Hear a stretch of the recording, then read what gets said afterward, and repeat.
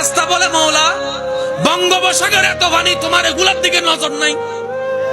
প্রশান্ত মহাসাগরে এত পানি, আটলান্টিক মহাসাগরে এত পানি, ওদিকে তোমার নজর নাই?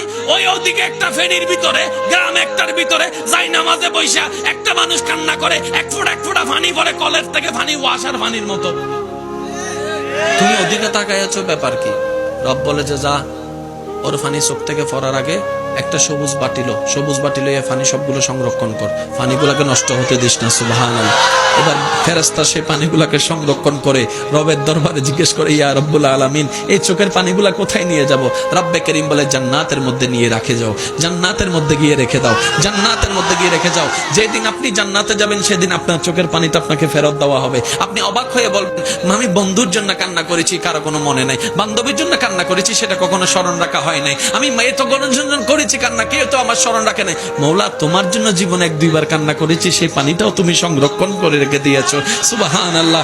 রব্বে করিম বলে, বান্দারে তুই এটা আমার নবীর প্রেম নিয়ে আমার ভয়ে তুই কান্না করেছিস, এই পানি পিতা যেতে দিব না। কেমন পাওয়ার জানিস রে বান্দা?